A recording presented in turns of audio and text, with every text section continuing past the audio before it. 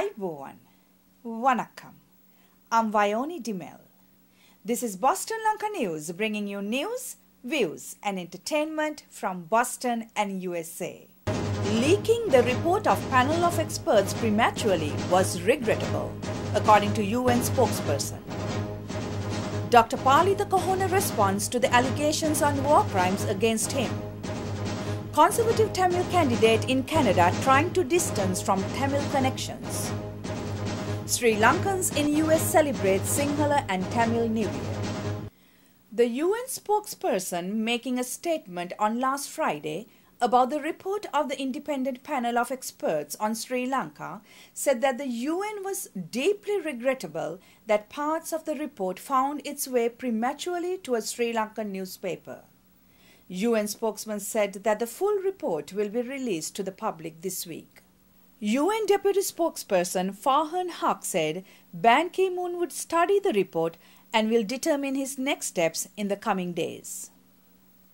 Sri Lanka's External Affairs Ministry in a statement said that the report fundamentally flawed in many respects. Among other deficiencies, the report is based on patently biased material which is presented without verification, the statement said. UN Secretary-General Ban Ki-moon received the report on Sri Lanka from the panel of experts on April 12th. A copy was sent to the Sri Lankan government. Boston Lanka spoke to Dr. Palith Kohona, permanent representative of Sri Lanka to the United Nations. Dr. Kohona, we know that the Secretary General received the report about Sri Lanka from the advisory panel. Is there anything that you have to comment about it? Only so much to say that the panel's report was submitted to the Secretary General earlier this week. A copy of it has been transmitted to Colombo. It's a fairly long report, 195 pages in length, and the Sri Lankan authorities are now going through this report, and in due course they are expected to respond to the contents of the report in an appropriate manner. According to Amnesty International's Asia-Pacific Director Sam Sarifi, Ban Ki-moon said that accountability is an essential foundation for durable peace and reconciliation in Sri Lanka, and added that accounting for violations committed in the recent conflict is the first step to future reconciliation. U.S. State Department spokesperson Mark Toner responded to a question about the report at the daily press briefing on April 14th. We obviously have encouraged the Sri Lankan government to engage in a process of accountability and to also use this panel of experts and their expertise, obviously, to address some of those. And again, I think that we believe that the Lessons Learned Commission and Reconciliation Commission were good steps, but we believe also that the UN panel of experts is a useful asset and should be taken advantage of by the government. Two Tamil organizations operating outside Sri Lanka, the Swiss Council of Elam Tamils and a US group called Tamils Against Genocide, had submitted a request to the International Criminal Court to investigate Dr. Palith Kohona for the murder of 3 surrendering Tamil tigers. Some observers of the international terrorist activities characterized this as a public relations stunt by the LTT remnant groups. According to Professor Gideon Boas of Monash University School of Law, Australia, the case has factual problems and complexities. Dr. Kohona, there are 2 unheard of LTT organizations have made accusations against you on war crimes. What's your response? Your comment about these groups being unheard of is correct. Nobody had ever heard of them previously. Certainly not me. And then, of course, these accusations are absolute fantasy because, as we all know, you know it too, I was the Foreign Secretary of Sri Lanka. Mm-hmm. And under our legal system, Foreign Secretary has no role, no legal authority to issue orders to troops or the security forces, or, for that matter, get involved in surrender terms. It's unbelievable that anybody could have even imagined that this was a role that a foreign secretary could play in Sri Lanka. I believe that this is all designed in order to create suspicions in the minds of the general public and not to achieve anything substantive. The LTTE is very well known for its efforts to discredit the Sri Lankan leadership, because having lost their terrorist struggle on the ground, now they are making every effort to recoup something in the international arena. I feel very sorry for these individuals that they have to sink so low in order to achieve something that they failed to achieve through terrorism, and now they're trying to achieve through other means. A Conservative candidate in the federal elections in Canada, Tamil television personality Regavan Paranchothi, who is running for Scarborough Southwest, is trying very hard to hide his association with Tamil Tigers, according to Toronto Sun newspaper. After winning the nominations, one of the first things he did was to change his name to Gavan Paranchothi. In 2009, he travelled with Prime Minister Stephen Harper to Asia, and then his name was Theyan Regavan Paranchothi.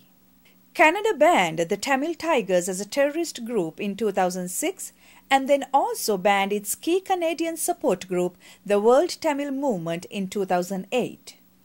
The Tigers used suicide bombings, forcibly recruited child soldiers, and assassinated politicians in an ultimately fruitless 26-year war of independence in Sri Lanka, which ended in 2009.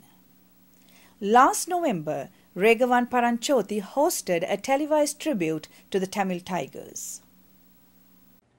November is Remembrance Month for the Tamil community. Tamils around the world remember Tamil freedom fighters who sacrificed their lives for the freedom of the rest of the Tamils in Sri Lanka. Their deaths symbolize the idealism that Tamil aspirations should be won at any cost.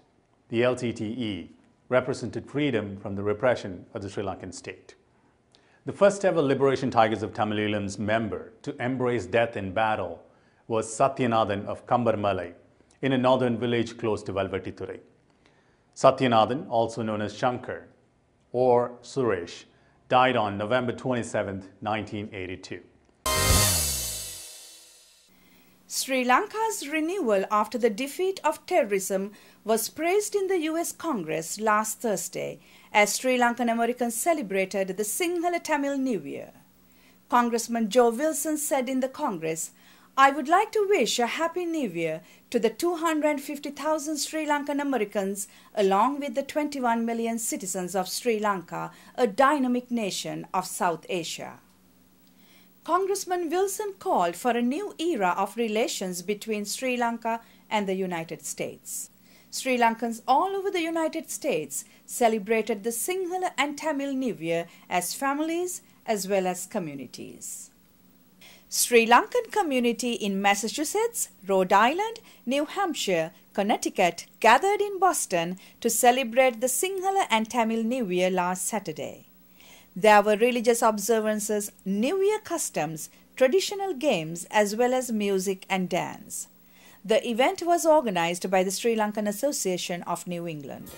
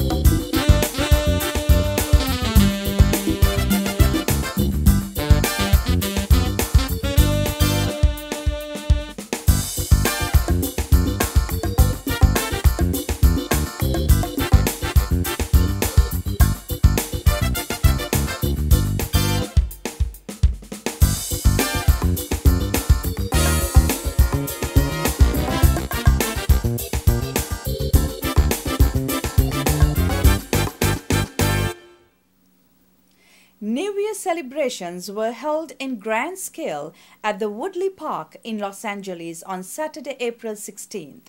Sri Lanka America Association of Southern California organized the event.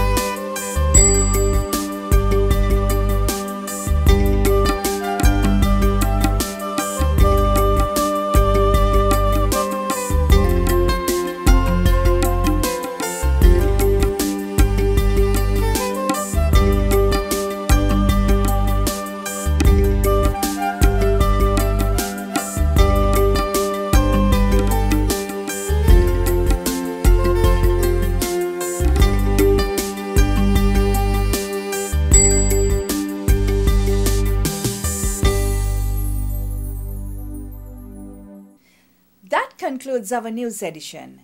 We meet you again with another news edition of News, Views and Entertainment from Boston and USA. Till then, goodbye.